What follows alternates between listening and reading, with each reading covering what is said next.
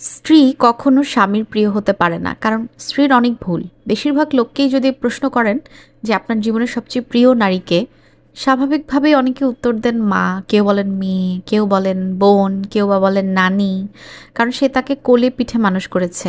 এমন অনেকগুলো সম্পর্কের কথা উঠে আসে, কিন্তু খুব অবাক লাগে একজন মানুষও উত্তর দেন না যে তার বউ হচ্ছে তার সবচেয়ে প্রিয় নারী।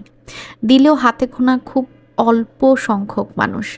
আসলে বাঙালি পুরুষের সমস্যা, বউকে ভালোবাসি বললে তার মান সম্মান চলে যাবে, লোকে বউ পাগল বলবে, বউয়ের কাছে ছোট হয়ে যাবে, অথবা বাকি পুরুষদের সামনে সম্মান কমে যাবে। সব ফেলে আসা মেয়েটি কিন্তু কখনো কারো প্রিয় নারী হওয়ার যোগ্যতা রাখে না। যে মেয়েটা সারাদিন স্বামী সন্তান সংসার নিয়ে পড়ে থাকে অথচ নিজের দিকে খেয়ালও রাখতে সময় পায় না, সে আর যাই হোক কখনো প্রিয় স্ত্রী হতে পারে না। এটাই হলো আসলে মেয়েদের জীবন, কখনোই কারো প্রিয় হতে পারে না।